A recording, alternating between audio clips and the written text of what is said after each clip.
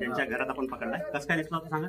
ते अचानक आमचा मुलगा बसेल होता इथे मोबाईल ते इथं दर्जात अचानक आला इथून बाहेरून आला. नंतर इथे मध्ये घुसला. नंतर मग इथे मध्ये तिकडून बाहेर निघाला परत बाथरूम मध्ये.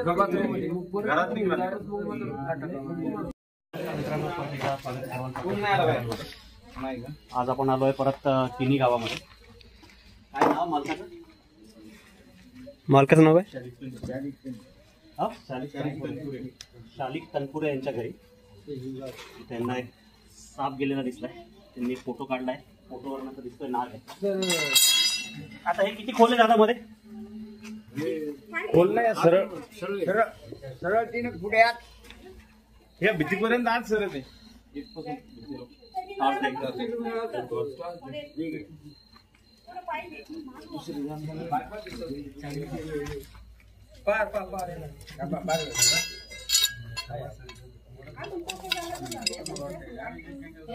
पाईपात जाऊन बसलाय. पाईप कुठे आहे? मध्ये कुठे? किती फुटाचा देव तरी? असं का? 3 फूट आहे सर. 3-3.5 फूट. बाथरूम मध्ये पाणी टाकलं तर इथून बाहेर येतं का? हो, येतं की पाणी बाहेर? मला बाथरूम दाखवा आधी. दाखवता येईल एकदा आहे का? एक जर गाडी झाली ना मग होत होता तिथून आत गेला पाहिजे.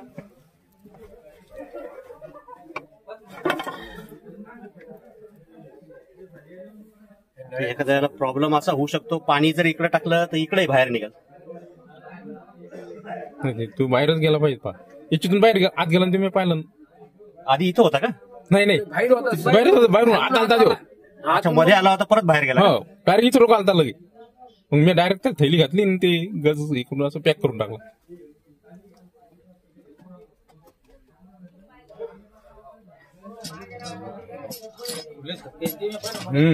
असेल ना की भाऊ. बाहेरचे लोक लक्ष ठेवा. हो सर, पाणी टाका तुम्ही इकडून. हो, तुम्ही टाका आता इकडून पाणी. सर का बाहेर बाजूला. काका तुम्ही पाणी टाका. तोंड काढ, फक्त आवाज दे फक्त. घेऊ नका फक्त. घालू नका, डायरेक्ट अंगावर येणार नाही साप. टाका भडकन पाणी टाका बादलीभर.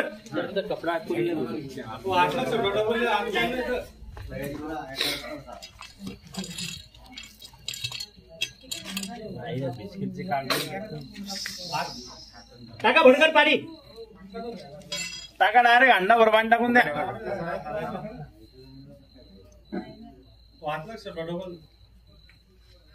आतून जाऊन टाकले साले काय पाणी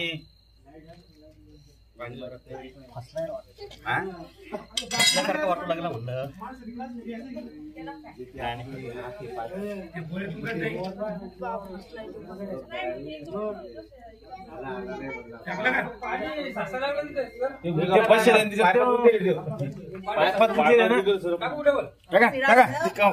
गाडी घालू मारायचं नाही दादा साप आपल्याला. मारायचा नाही, ठोकून एक काम करा, इकडून काठीने टोचा. ते छिद्र दिसतंय तुम्हाला?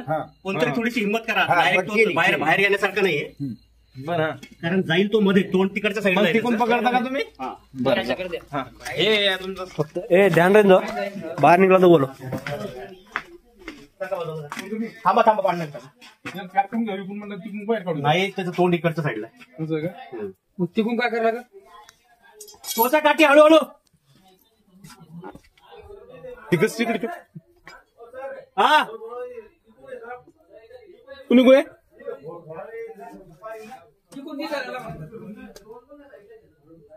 म्हणलं तिकडून दिसतो म्हणतात ते. तुम्ही तेवढा दिसू लागला तो. तिथून त्याला काढता येण्यासारखं नाही ते. तुमच्या घरी थांबा. थांबा एक मिनिट. ओम सर नाही पाईप दिसा लागला अडकला पण तो ते दोन्ही साईडने झालं त्याचं. आणायची का तिकडून कोण कोण आहे पांडाकात तिकडून बोला पाणी येऊन नाही राहिलं ते सगळं पाच. लक्ष राहू दे एक जण तिकडनं गोळा करून ठेवू बोला. डबल मांग चालला आहे का चला मांग चाललं ना पण याला बघते. हे फोडावं लागेल थांब ते पार आणते. सर सर आतमध्ये गेलाय पूर्ण नाही तुमचे सुट्टे आनंद धरताय सर तुम्हाला तो बटेकांची बाहेर मोठी ती बरं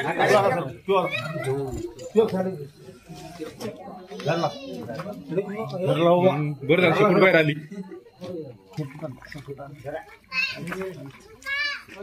बटेकांची बाहेर मोठी ती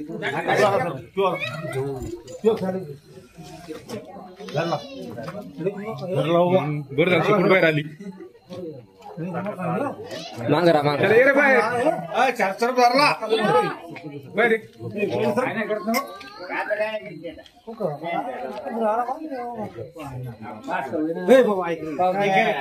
पिशवीला हे नीट लाव बरं नीट लाव अरे सर असतील का नाग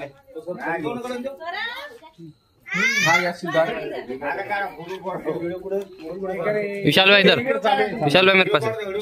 मोठ्या साईजचा पॉज कर या स्पेक्टॅकल खोबरा भारतीय नाग अरे कोबरा आहे. जा, चला. चालू आहे चालू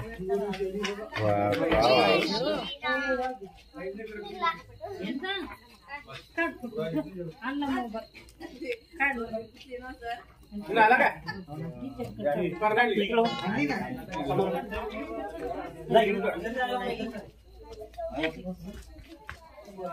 तोंडावर त्याच्या टॉर्च मारू नका एवढं गावात सुरबारा म्हणजे कमल अरे सर को दिखायचा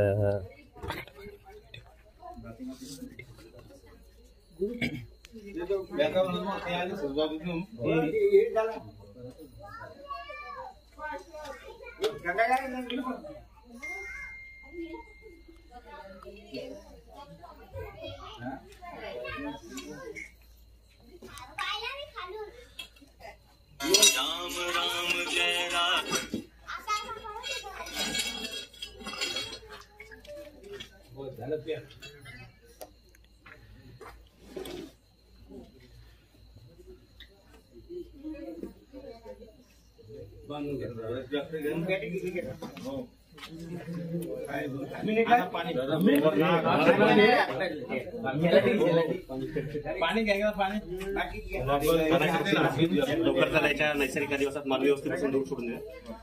कोण आहेत मालक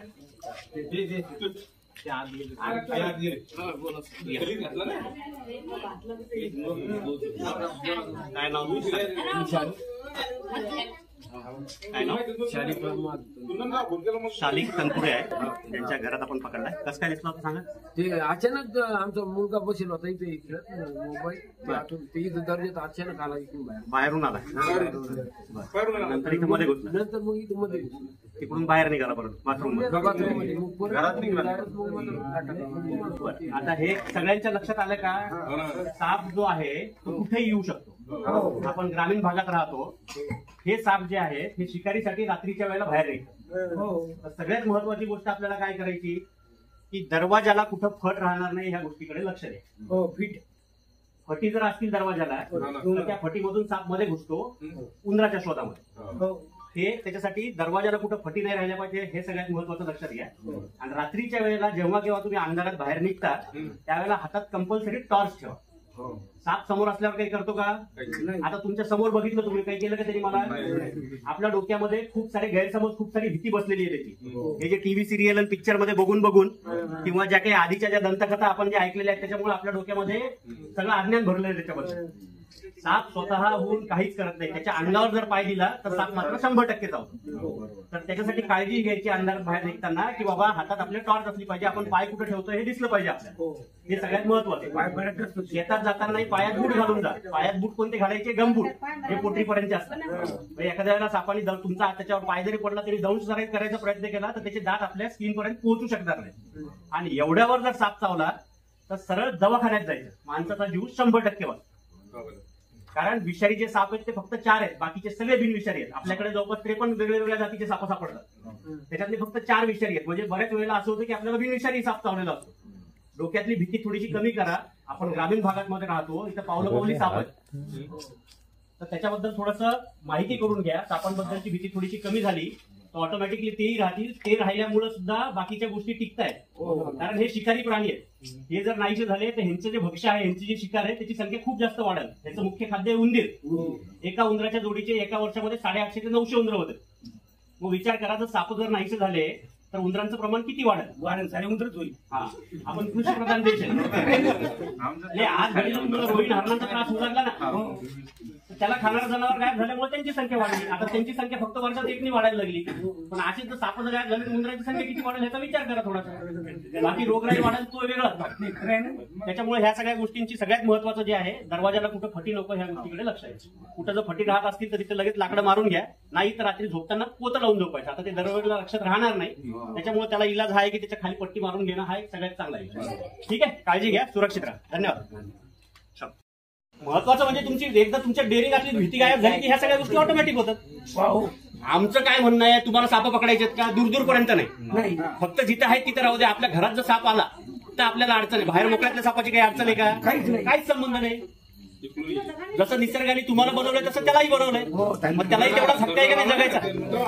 बरं, मंदिरात त्याची पूजा करता ना तुम्ही, बाहेर साप दिसला की मारता, बरी विकृती नाही का?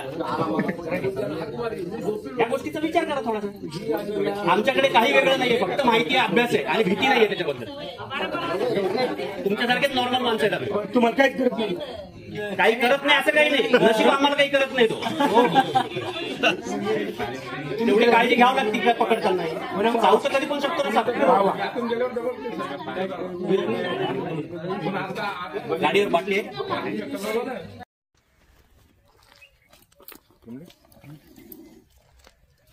हाय मित्रांनो, किनी गावात ना तनपुरे ह्यांच्या घरून पकडलेला भारतीय नाग, जो त्यांच्या घरातील बाथरूमच्या पाईपमध्ये लपून बसला होता. आधी तो बाहेर होता, नंतर पाईपमध्ये शिरला.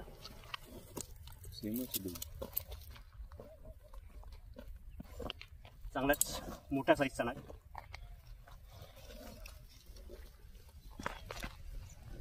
न्यूरोटॉक्सिक प्रकारचं विष असतं ह्या सापाचं. चावल्यानंतर चावलेल्या जागेवर खूप जास्त पेन व्हायला लागतात, सूज येते,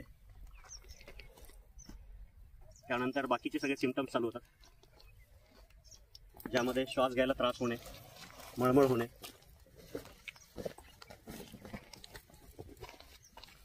त्याच्यामुळं असा जर साप चावला तर सरळ दवाखान्यात पोहोचणे हा एकमेव इलाज आहे. कुठलाही साप जो आहे तो समोर असल्यानंतर कधीच चावत नाही, मात्र त्याच्या अंगावर जर पाय पडला, चुकून जर त्याला धक्का लागला कुठं लपून बसलेला असताना, तर साप मात्र 100% चावतो.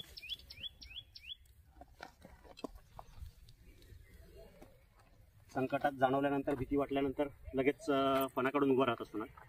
नाग हा असा एकमेव साप आहे ज्याला फणा असतो प्रॉपर.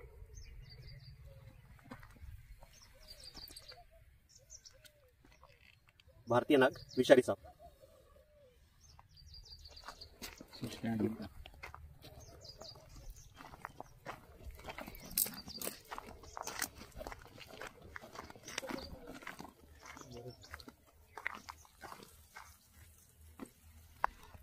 दिला मित्रांनो सोडून या सापाला नैसर्गिक दिवसात. जर व्हिडिओ आवडला, काम जर आवडत असेल तर लाईक करा.